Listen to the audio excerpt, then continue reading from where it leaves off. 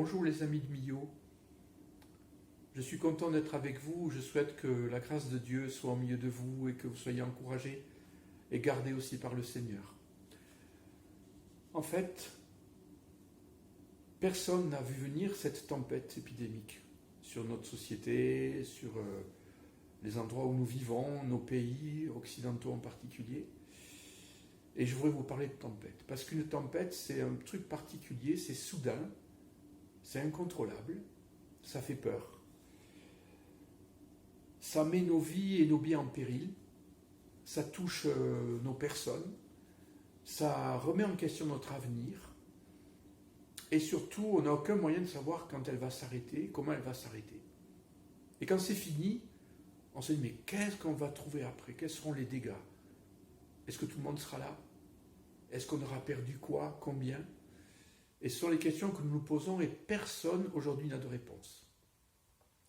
Et dans la Bible, il y a des passages où il y a des tempêtes. Et aujourd'hui, j'aurais voulu vous partager quelques pensées à travers le livre des Actes, chapitres 27 et 28 un petit peu, qui est l'histoire d'une tempête et d'un naufrage en pleine Méditerranée, dans un bateau qui ressemble un peu à notre société. Ce bateau, il est au-delà du confinement qu'on a tous dû vivre les uns et les autres. Ce bateau, c'est notre société complète avec tous ses tenants, aboutissants. Et on est tous là, on rentre la tête, et nos gouvernants aussi, on baisse les épaules. On se dit, mais quand est-ce que ça va s'arrêter? Et comment ça va s'arrêter? Et comment on va sortir de là?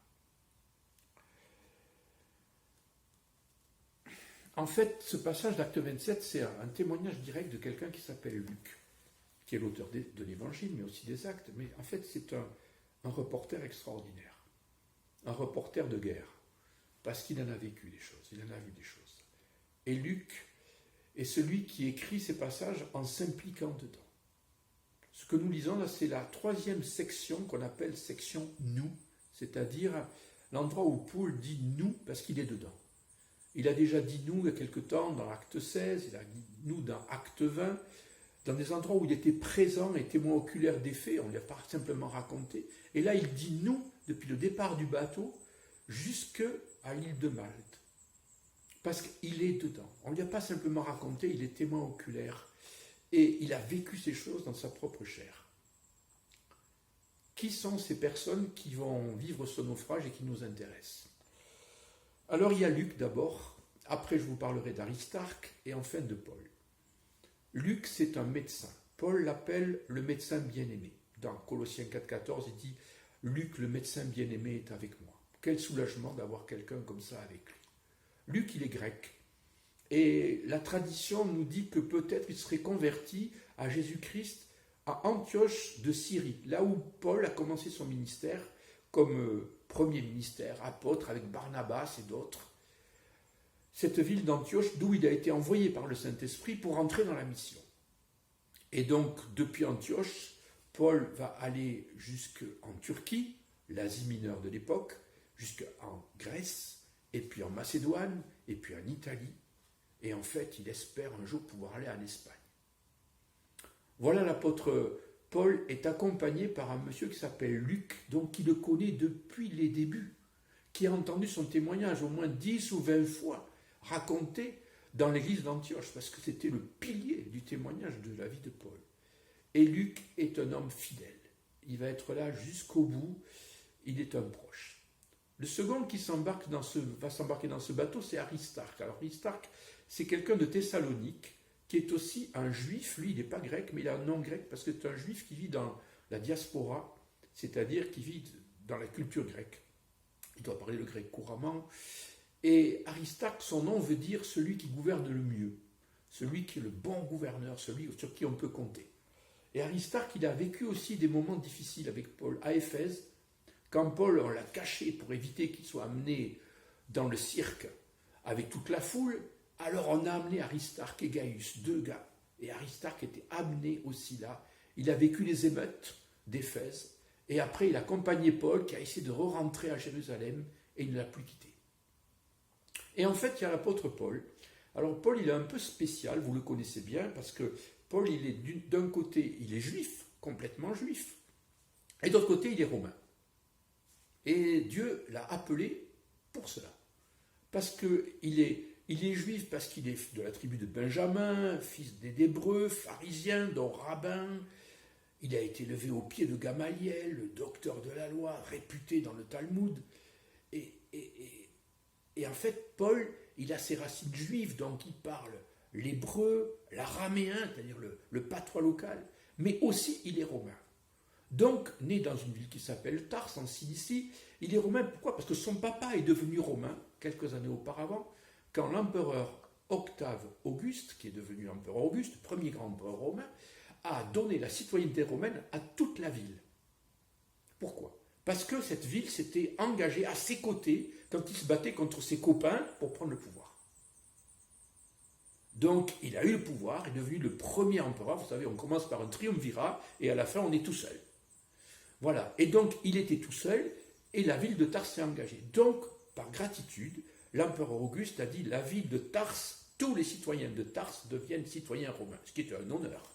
Ça coûtait cher à certains. Il fallait payer. D'autres, il fallait prouver sa loyauté. Et Paul a hérité de son papa. Son papa lui a donné, en tant que papa de Paul, la citoyenneté romaine. Ce qui fait qu'un citoyen romain, il ne pouvait pas être jugé légèrement. On ne pouvait pas le punir, le battre, le frapper de verge sans jugement. Il avait droit à un jugement équitable et public devant des témoins, éventuellement même un avocat. Et dans le cas d'un citoyen romain, il avait le droit d'en appeler à l'empereur s'il n'était pas content de celui qui le jugeait. Souvent c'était des gouverneurs qui étaient des juges ou des préfets, et il pouvait en appeler à l'empereur. Et c'est ce que Paul a fait. En fait, Paul a été arrêté à Jérusalem, et pendant sa captivité à Césarée, il a été entendu par plusieurs hauts fonctionnaires, et à un moment donné, parce que Jésus lui est apparu la nuit, il lui a dit « Il faut que tu comparaisses devant César, comme tu as été témoin de moi à Jérusalem, tu le seras à Rome. » Et donc Paul dit à plusieurs reprises, dans Acte 25, « J'en appelle à César. » Eh bien, tu iras devant le tribunal de César. Voilà pourquoi, un beau matin, ils sont tous les trois avec un centenier, ils sont tous les trois dans un bateau qui s'appelle l'Adramite. Alors, c'est ce premier bateau de Césarée démarre avec un centenier qui s'appelle Julius, de la cohorte Augusta, c'est-à-dire c'est une cohorte impériale qui porte le nom d'Auguste. Donc, c'est des gens, des fonctionnaires qui sont rattachés directement à Rome et qui va convoyer les prisonniers. Alors, Paul, avec ses copains, Luc et Aristarque, et d'autres prisonniers, un groupe de soldats, et c'est le centenier qui pilote tout ça. Et il les embarque dans un navire qui s'appelle l'Adramite. L'Adramite, c'est quoi? C'est une petite ville de la Turquie actuelle, dans le nord-ouest de la Turquie. Donc, s'il veut remonter jusque-là, il a beaucoup de côtes à faire, parce que c'est un petit bateau. C'est un bateau qui est fait pour côtoyer, pour aller de port en port sans jamais perdre de vue la côte. Les repères côtiers, même les montagnes, ils se repèrent comme ça. Ils ne se repèrent pas ailleurs que ça. Donc, ils vont de Césarée à Sidon, 100 km, 120 km au nord, et là, Sidon, le centenier qui est déjà le copain de Paul, parce que Paul, il fait des copains partout, ce centenier lui dit que tu peux aller voir tes amis, je t'enlève tes chaînes, va voir tes amis, et avec Luc et Aristarque, ils vont manger chez les copains, ils vont discuter, être encouragés, prier ensemble. Et ils parlent de leur voyage. Et puis on repart le lendemain, et là le bateau continue à côtoyer la côte, il remonte, il arrive à passer un peu au nord de l'île de Chypre, et puis en fait il va arriver jusqu'à un port qui s'appelle Myra. Alors ce port, je vais vous en parler un petit peu, avant de parler du prochain bateau, parce que là il débarque, et Myra c'est un endroit stratégique. Pourquoi? Parce que c'est la route, pas la route des Indes, c'est la route du blé. Le blé part depuis l'Égypte à Alexandrie pour arriver jusqu'à Rome. À cette époque-là, à Rome, il y a environ 1 million d'habitants, imaginez-vous. C'est énorme. Paris et Londres n'atteindront le million d'habitants qu'au XIXe siècle. Mais Rome, en l'an 60, on est à peu près l'an 60 de notre ère, il y a déjà 1 million d'habitants. Et il leur faut du pain et des jeux. Donc il faut les nourrir. Et s'il n'y a pas de pain, s'il n'y a pas de blé, il n'y a pas de pain. Donc, il y a des navires qui font sans cesse le circuit Alexandrie, blé d'Égypte, grand port d'Égypte et capitale à l'époque de l'Égypte, pour arriver avec plusieurs étapes jusqu'à Rome. Et Myra est une de ces villes-étapes. Myra, c'est un port, la ville existe encore aujourd'hui avec un autre nom, mais c'est un port avec des entrepôts, des services des douanes romains, des armateurs, des produits, parce que Myra, c'est la zone aussi où on fait le murex. Vous savez, ce coquillage qui sert à faire la pourpre, dont Lydie était commerçante. Voilà, alors, ce qui se passe, c'est que dans cette ville, il y a des entrepôts de plein de matières précieuses, importantes, et le blé d'Égypte, qui doit arriver jusqu'à Rome. Et donc, là, le centurion Julius trouve un navire d'Alexandrie qui doit aller à Rome avec son blé. Et ce n'est pas un petit bateau, parce que ce sont des bateaux qui font la haute mer. Des bateaux qui peuvent se séparer de la côte. D'après ce qu'on sait, ces bateaux, ils font à peu près 55 mètres de long, sur 15 de large et 7 de haut. Ils ont 2 mâts, un mât central, un petit mât devant qui peut être penché ou droit, avec des voiles carrées. Ils ont des ancres de poupe et des ancres de proue, plusieurs. C'est des grands filins avec des fois une grosse pierre attachée au fond, des fois avec un morceau de bois en plus en travers. Et ils ont des rames de gouverne, 2 grandes rames de gouverne qui servent à gouverner le navire, à essayer de le diriger quand on peut. Entre ça et le vent, c'est pas très simple. Et surtout, ils ont une cargaison importante et ils ont des passagers. Un auteur de cette époque-là, qui s'appelle Flavius Joseph, dit que lui, il est monté sur un bateau comme ça, où il y avait 600 personnes. Donc, quand Luc nous dit qu'ils étaient 276, c'est pas du tout une idée, c'est une réalité. Et 276, ça fait 2 mètres carrés par personne, si on met tout le monde côte à côte. C'est pas beaucoup pour vivre.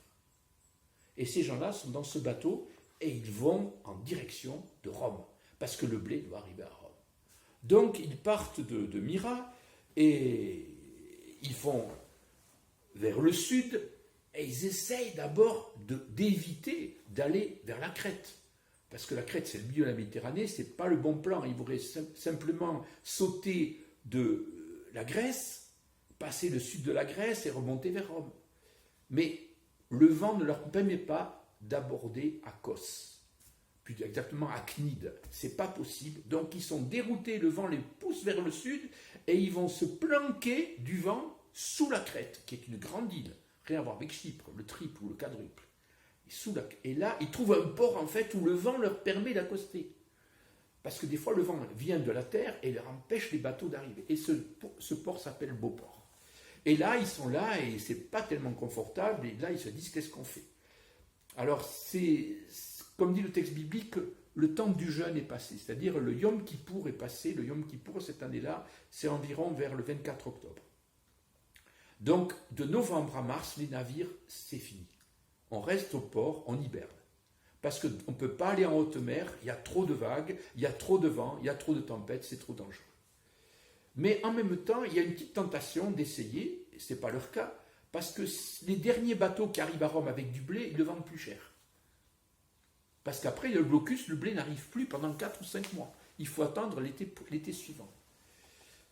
Et donc, ils sont là à Beauport, et puis ils discutent à bord du bateau. Ah, on va aller à Phénix, ce petit port qui est beaucoup plus sympathique à l'ouest de la Crète. On va se mettre là.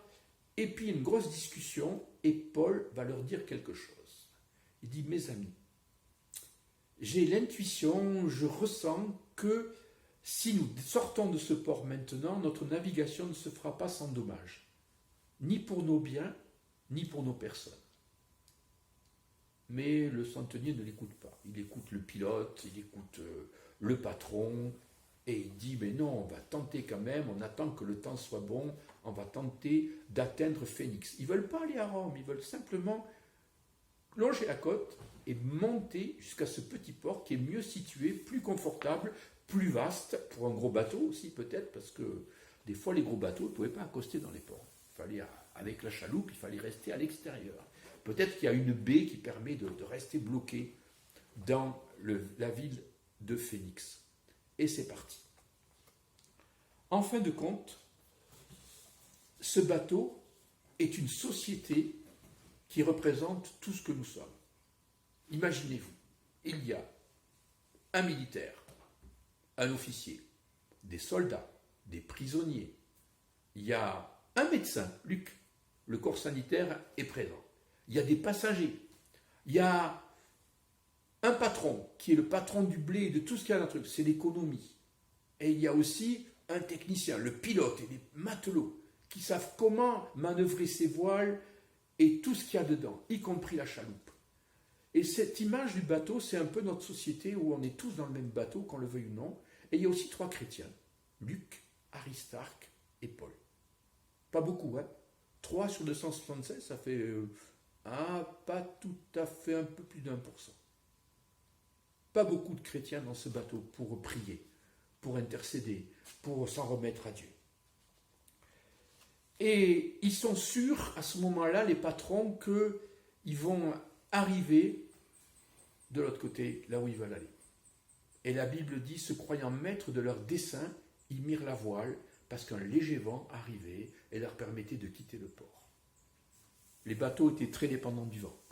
Si le vent n'allait pas dans le mauvais sens, ils ne pouvaient pas naviguer contre le vent. Ils ne savaient pas le faire. Il fallait naviguer sous le vent. Et ce qui se passe, c'est que la tempête éclate. Et c'est le deuxième acte. Le premier acte, c'est on a choisi de partir. Et le deuxième acte, c'est sauf qu'il pleut. Et c'est un peu ce qu'on a vécu. Sauf qu'il pleut. Qu'est-ce qu'ils vont faire dans ce bateau? Ils vont prendre la chaloupe, les moyens de secours. Vite, vite, on monte la chaloupe, parce que c'est très difficile, ça commence à taper fort. Et puis, on ceinture le navire avec des cordes. Alors, le navire était bâti avec des madriers jointifs, qui étaient tenus ensemble pour faire la coque. Il n'y avait pas des planches. Et donc, pour que le navire n'explose pas sous la force des vagues, il fallait le ceinturer. Donc, on passait des cordages par le devant ou par l'arrière, et on ceinturait le bateau, on le ficelait comme un saucisson, le maximum, pour que les bois ne se disjointent pas, et que l'eau ne rentre pas, et que la cargaison et le bateau ne coulent pas. Donc, on a mis plusieurs liens ainsi. Et en fait, aujourd'hui, ce qu'on a vu, c'est que dans notre société, aussi, on a tout fait. On a confiné. On a essayé de sauver au maximum les gens. On a enfermé le problème pour pas qu'il aille trop loin. Et c'est un peu notre société, elle a les moyens qu'elle a. Comme ces gens à bord du bateau, ils ont les moyens qu'ils ont. Ils n'ont pas tous les moyens, ils ont quelques moyens pour agir. Et ils vont le faire. Et notre société aussi a utilisé les moyens qu'elle a. Ou ceux qu'elle n'a pas. Mais elle a tout fait pour essayer de réagir à travers ses responsables. Et en fin de compte, elle va rentrer dans la tempête. Le bateau va rentrer dans la tempête. Mais que font les chrétiens pendant ce temps? C'est la question que je me suis posée. Pendant ce temps de tempête, il y a 3 chrétiens dans ce bateau. La Bible dit qu'il fait nuit, qu'on ne voit plus les étoiles, qu'on ne voit plus le soleil, qu'on ne voit plus la lune, qu'on n'a plus aucun repère et que ça bouge tout le temps. Que font les chrétiens? Paul, Aristarque et Luc. Je crois qu'ils n'ont qu'une seule chose à faire, c'est de prier ou de louer le Seigneur et de se tourner vers lui de tout leur cœur. Et la première question que je voudrais nous poser et vous poser, c'est est-ce que ce temps de confinement nous a rapprochés de Dieu ou a fait le contraire? C'est la première question. Est-ce que pendant ce temps, on a tellement été occupé autrement qu'on n'a pas pris le temps pour lui, ou est-ce qu'on a pris du temps pour lui? Moi, je me suis obligé certains jours à prendre du temps pour lui. Parce qu'autrement, la vie, l'organisation était tellement différente d'auparavant que je pouvais me centrer sur le quotidien. Et là, il y a un choix à faire. Est-ce que ce temps de confinement m'a rapproché de Dieu ou m'a éloigné de Dieu? C'est la première question que je vous laisse. Et on pourra reprier pour ça tout à l'heure. En fait, Paul et ses compagnons, ils ont prié, ils ont intercédé parce qu'ils savaient qu'il n'y avait qu'une solution, c'était que Dieu intervienne. Et nous, on est tellement pris par les médias, par tout ce qu'on nous dit, ce qui va se passer, ce qui ne va pas se passer, par notre quotidien, que bientôt tout va revenir comme avant. On a dit que tout ne sera plus jamais pareil, mais la nature humaine est ainsi faite que ça va beaucoup redevenir comme avant, à part quelques changements. Et au bout de la prière, y a une différence pour ce bateau dans la mer Adriatique, comme dit le texte biblique. C'est que pendant une nuit, au bout de 14 jours, Dieu envoie son ange pour parler à Paul. Moi, il me semble que ça fait un peu long, il aurait pu lui parler un peu plus tôt.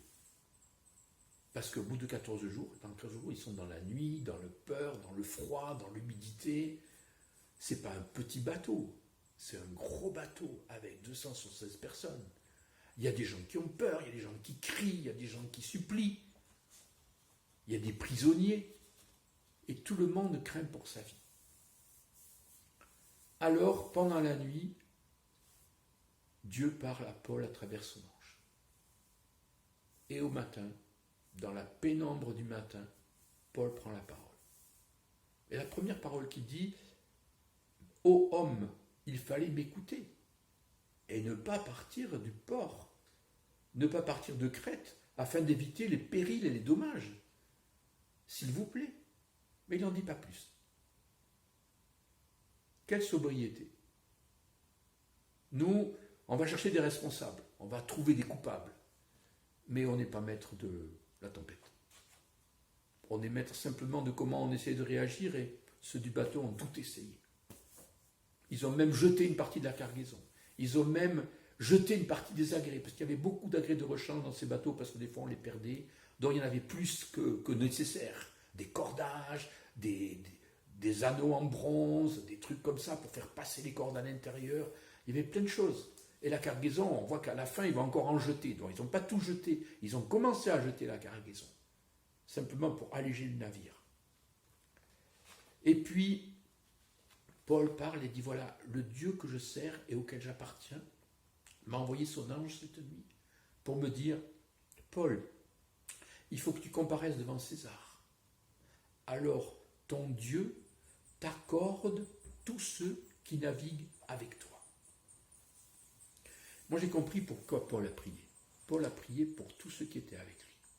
Parce que Dieu lui accorde, parce qu'il lui a demandé.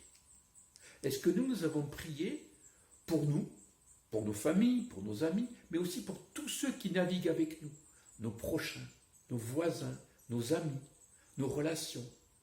Est-ce que nous avons été sur le pont, c'est le cas de le dire, dans la prière pour eux? Paul a prié pour eux. Et l'ange lui dit, Dieu t'accorde, te donne ce que tu lui as demandé. C'est-à-dire la vie, pas le salut encore, mais au moins déjà la vie de ceux qui naviguent avec toi. Et pour moi, c'est une question.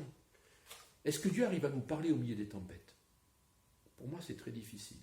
Quand tout va mal, c'est difficile d'entendre la voix de Dieu. Et pourtant, c'est là que Dieu voudrait nous parler.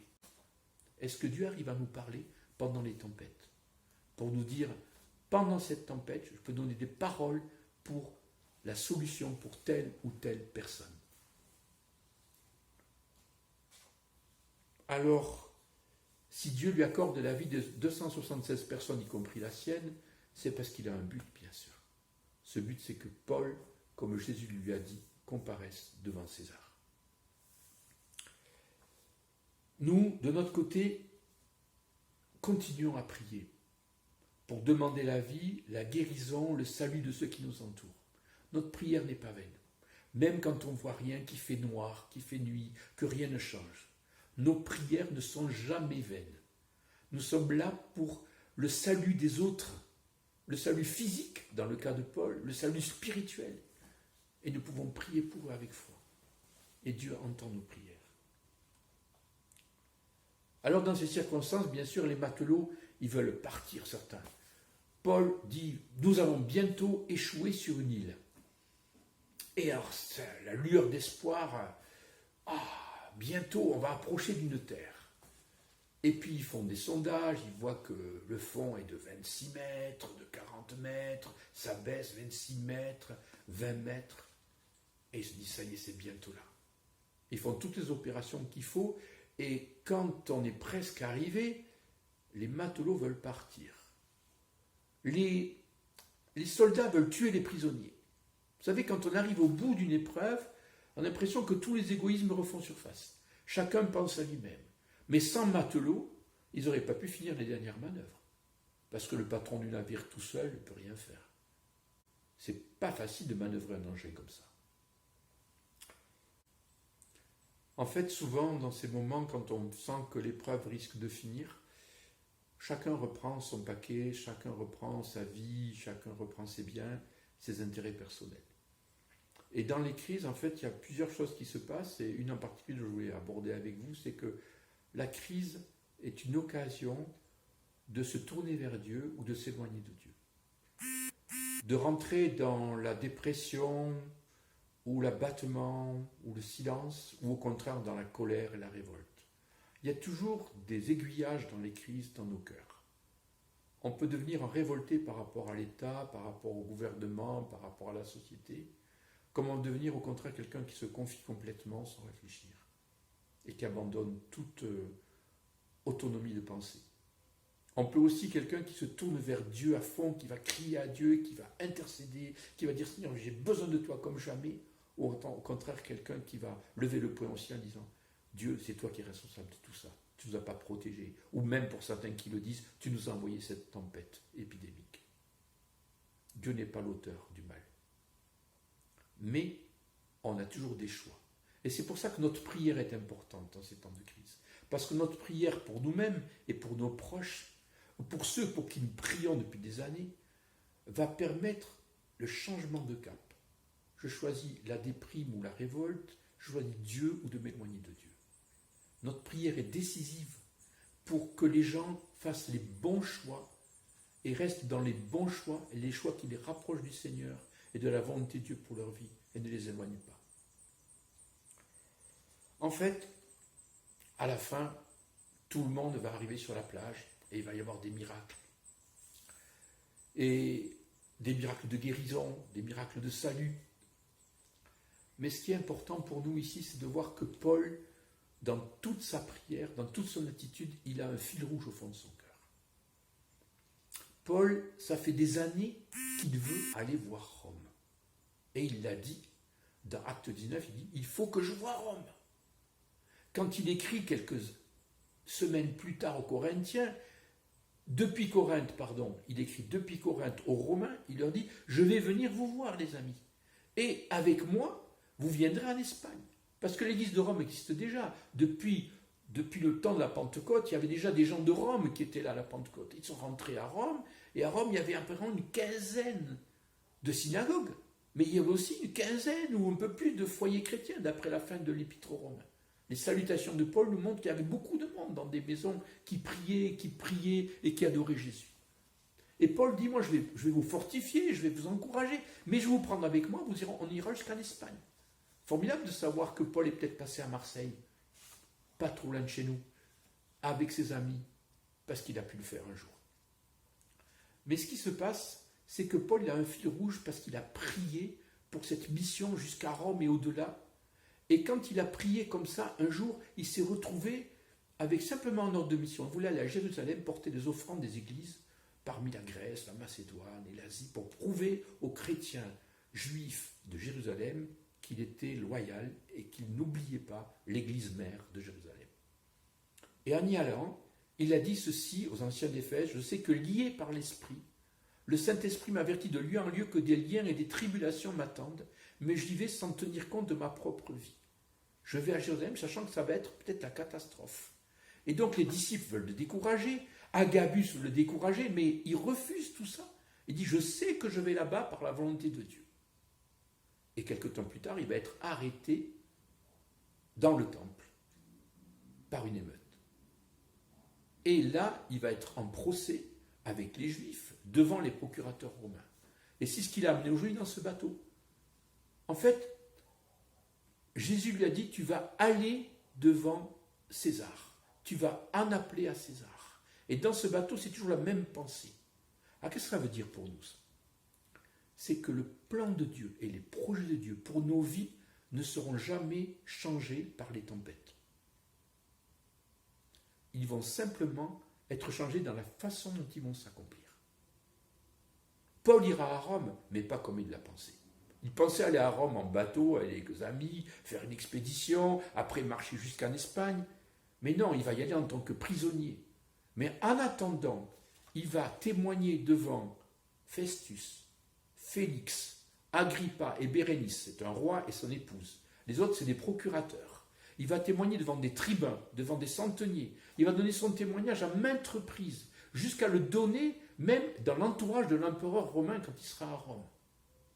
Puisque dans Philippiens 1, il dit « dans le prétoire », c'est-à-dire l'endroit où il y a la garde prétorienne de l'empereur, « nul n'ignore que c'est pour Christ que je suis dans les chaînes ». Et il dit même quelques-uns sont hardis à cause de moi à témoigner de leur foi en Christ parce qu'ils me voient prisonnier en train de parler de ma foi au milieu des soldats qui gardent l'empereur romain. Donc, souviens-toi de ceci, souvenons-nous de ceci, pour nous, c'est que les promesses et les plans de Dieu ne sont pas annulés par les tempêtes, mais parfois, ils s'accomplissent différemment que ce que nous avons pensé au départ. Et c'est important pour nous. Est-ce que nous avons un fil rouge? Est-ce que tu as un fil rouge dans ta vie? Est-ce que l'Église a un fil rouge dans sa vie? C'est-à-dire des promesses qui sont écrites et qui ne sont pas encore accomplies, mais que la tempête de l'épidémie n'empêchera pas. Est-ce que dans nos vies, dans la vie de l'Église, nous avons un fil rouge?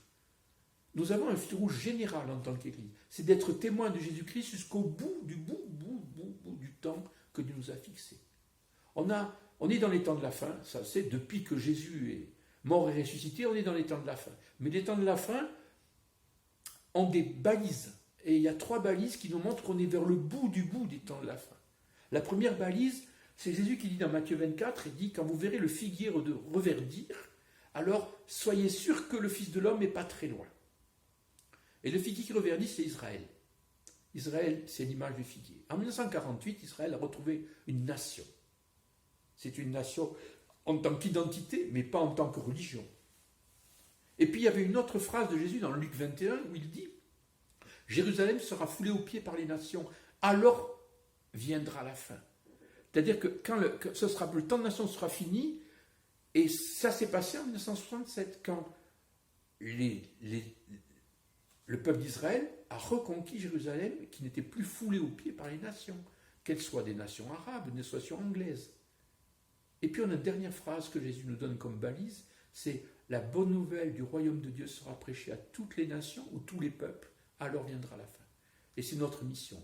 Comme Paul qui savait qu'il devait aller à Rome, c'est son fil rouge, nous savons que nous devons continuer à être témoins de Christ jusqu'au bout, de Jésus jusqu'au bout. Alors c'est pour ça que nous ne devons pas perdre courage.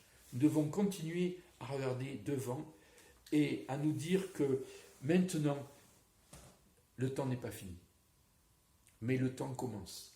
Comme Paul, quand il arrive à Malte, après des journées de nuit et de jeûne forcés, Paul arrive à Malte et il a tout de suite l'occasion de prier pour un malade, de prier pour les malades, de toucher la haute société de l'île de Malte.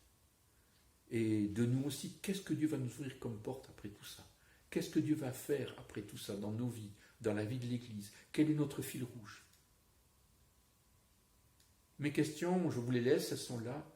Est-ce que ce temps de confinement nous a rapprochés de Dieu ou éloignés de Dieu? Deuxième chose, comme Paul qui parle en disant il fallait m'écouter, mais avec beaucoup de respect, est-ce que ce temps fait de nous des révoltés contre les autorités qui ont fait tout leur job, tout ce qu'elles pouvaient, ou au contraire ce temps fait de nous des gens qui vont les respecter et être en face d'elles en tant que personnes responsables? Est-ce que ce temps nous fait perdre le fil rouge de la promesse de Dieu pour nos vies, ou au contraire nous conforte comme Paul a pu prier, je sais que je dois aller à Rome, alors Seigneur, occupe-toi de ce bateau. Et il a été exaucé. Est-ce que les promesses de Dieu nous aident à tenir ferme et à voir au-delà de la tempête et de la manière dont elle va se terminer? Je voudrais prier dans ce sens avec vous. Seigneur, je veux te prier pour mes amis de Millau et je veux les bénir de tout mon cœur. Je sais que notre région n'a pas été touchée énormément par ce virus, mais peut-être que nos entourages, nos familles, nos aînés ont été touchés. Moi, je te prie que chacun de nous puissions répondre avec foi, oui, ce temps spécial m'a permis de me rapprocher de toi. Oui, ce temps spécial, Seigneur, m'a permis de revoir les priorités, le sens des choses. Oui, ce temps spécial m'a permis de retrouver le fil rouge de tes promesses dans ma vie et dans celle de l'Église. Seigneur, que ta grâce et ta paix soient sur chacun et que ta bonté vraiment entoure chacun. Tu es le Dieu de la bonté et de la fidélité, même dans la nuit noire. Tu l'as fait pour Paul et pour tous ceux qui naviguaient avec lui. Tu les lui as donnés. Seigneur, nous te prions, donne-nous ceux qui naviguent avec nous. Au nom de Jésus. Amen. À bientôt.